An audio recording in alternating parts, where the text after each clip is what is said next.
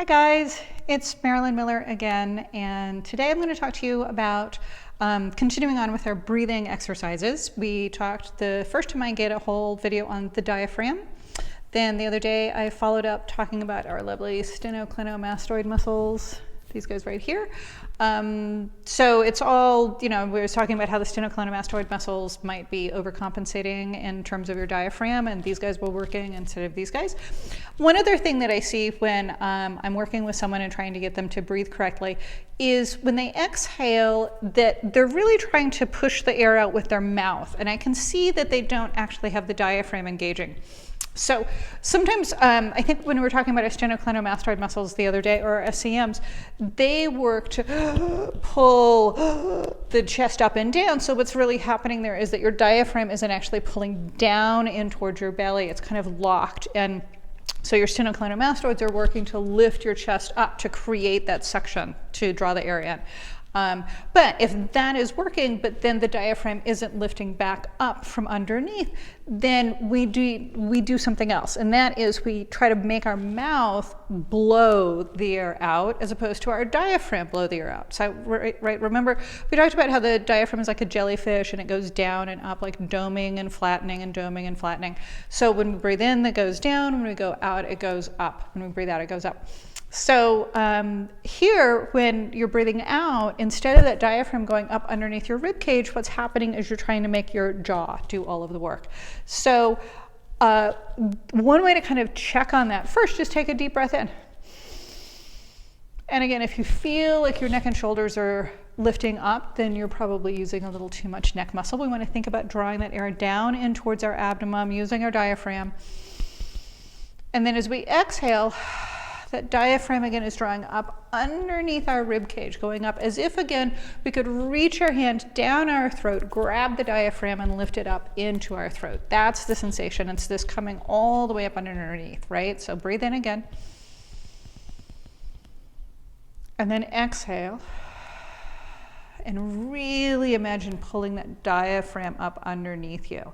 If you don't feel like you're able to do that, or if you find that when you exhale, you're going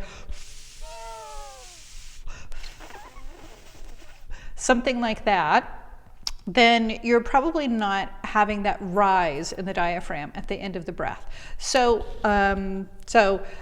go here and start to check your jaw muscles just to see if there's anything that might be tight, especially underneath the jaw in this area here.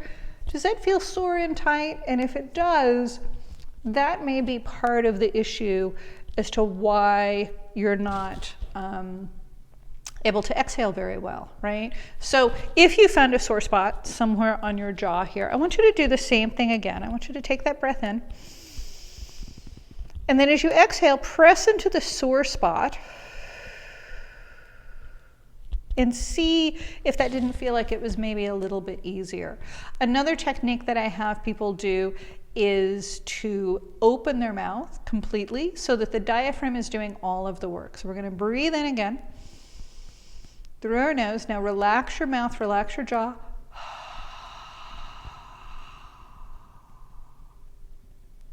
If you cannot do a full and complete exhale with your jaw relaxed and your mouth open, then you are doing something up here to compensate for your breath. So again, find those sore spots. It could be your masseter muscles, your big chewing muscles over here. It could be these wonderful funky muscles underneath our jaw. Some of my favorite, your pterygoid muscles. Spell that one for me. Actually is taken from pterodactyl. So pterygoid, pterygoid, really fun. But one of those, or maybe even the side neck muscles here, your scalenes, those might be tight. All of these muscles might be overworking instead of your jaw, or instead of your diaphragm. So again, finding where you can release tension in your mouth or in your jaw. It may be even in your lips, right around here. Like a lot of times you'll see people really pursing into their lips. It may be that your lips are, these muscles are really sore. But play around and see what you can find in terms of what's going on in the rest of your face and the rest of your mouth here and everything else. And find those sore spots and really start to massage and release them You can do this prior to doing the breathing exercises. You can do this simultaneous to the breathing exercises. But the main thing is that we want to understand that these are compensation patterns. And when we have these compensation patterns, that is going to affect whether or not the muscle is working the correct way. In this case, this is the diaphragm. So release those muscles as best you can, wherever you might find that soreness. Practice the breathing. And then when you exhale, relaxing the jaw, feeling the movement in your chest, in your rib cage, underneath your rib cage, and see if that doesn't help. Again, it's Marilyn Miller with Pilates on Hudson. If you have any questions about this, please feel free to leave them in the comments below. You can also email me at info@pilatesonhudson.com. I'd be more than happy to discuss this with you or set up a private in-person, and have a great day.